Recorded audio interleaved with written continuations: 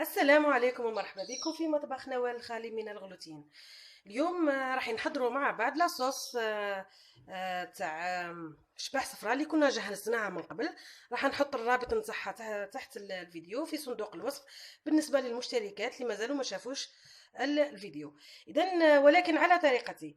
علاه؟ لانه هذا الطبق يعني يتحضر باللحم. ولكن انا العائله تاعي، يعني انا شخصيا والعائله تاعي ما نحبوش ناكلوه باللحم، يعني ما نحبوش ناكلو اللحم حلو. دونك ما نقدرش نطيبوه باللحم ومن بعد نطيش اللحم هذاك حرام. دونك راح نطيبو على طريقتي وبدون لحم. اذا يعني عادي. نحط البصل حبه صغيره مع بيان سور ملعقتين كبيرتين زيت، ونحط نقليهم. نحط معاهم عود قرفه انا غسلته، ونحط معاهم نجمه الارض، كنت حنقول لكم نجمه البحر. نحطهم مع بعض ونقليهم فوق النار. اذا نبداو نقلي بهذه الطريقه كما راكم تشوفوا. وبالنسبه للناس اللي يحبوا يديروها باللحم يحطوا اللحم تاعهم عادي كما نقليو اي طبخه. يعني نبقى نقليها حتى تكرمل لي البصل تاعي. اذا ونضيف لها الملح وفلفل ابيض اذا حبيتوا. انا ما نحطش يعني لا فلفل ابيض ولا فلفل اسود لاني مش راح نديرها باللحم، دونك ما نحطش الفلفل. نحطوا قليلا من الملح ونقليوها تقريبا لمده 10 دقائق.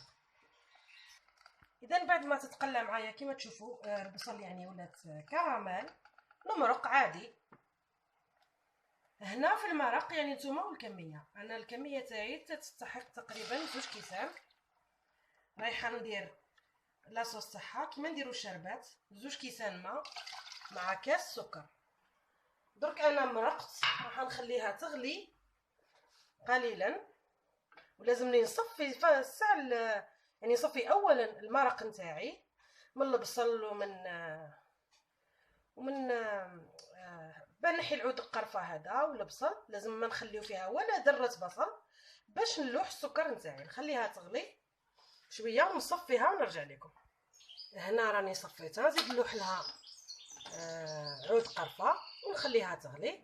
هنا زيد السكر اللي هو كاس، انا ندير كاس بزوج كيسان، ونحسب له 5 دقائق. كي يبدا يغلي نحسب له 5 دقائق، نخليه يغلي حوالي 5 دقائق. بعد مرور 5 دقائق من الغليان اذا نفرغ الشباح تاعي ونخليها تشرب من لاصوص حوالي من 5 الى 10. راح تقلي لاصوص ومن طوس تشرب لي الشباح صفرة تاعي منها. نخليها تغلي على نار دليله بيان سور. انا حبيت نزيد معاها شويه حبيبات مشيمشه اللي كنت نقعتهم في الماء والورد وغسلتهم مليح، راح نزيدهم معاها. يعني الفواكه المجففه نتوما واش عندكم شرط انكم تغسلوهم مليح، تنقعوهم في الماء السخون اولا ومن بعد نغسلوهم مليح ونضيفوهم عادي. كي نشوف اخواتي باللي الفقاعات تاعها بداو كما راكم تشوفوا بداو يكبروا، في هذه اللحظه نزيد ملعقه كبيره ماء ورد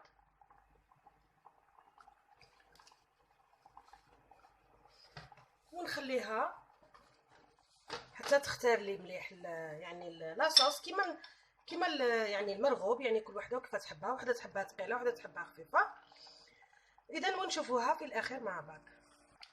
اخواتي قبل ما ننسى، في هذه المرحله كي نحطوا ماء ورد، اللي تحب تزيد الزعفران الشعره تحطوا في هذه اللحظه مع الماء تاع الورد. انا مش راح نحطه لانه اللون اكتسبته من القرفه ونجمه الارض، دونك يعني كل وحده وكيما تحب. اذا اخواتي وهذا هو طاجين الحلو تاعنا تاع اليوم، شباح صفراء. انا زدت فيها المشيمشه وبدون اللحم. اللي يحب يديرها باللحم يحطها يعني يحضرها باللحم عادي. انا حبيت نعطي لكم فقط قوام لاصوص كيفاش يجي خاطر. تحبوا اكثر من هكذا يعني زيدوا في كميه السكر او خليوه يغلي.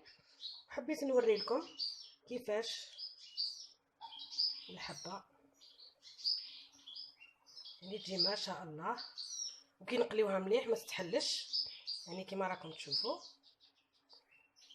اذا نتمنى تعجبكم طريقتي في تحضير يعني طاجين الشباع على طريقتي، وتجربوه وتستمتعوا به في رمضان.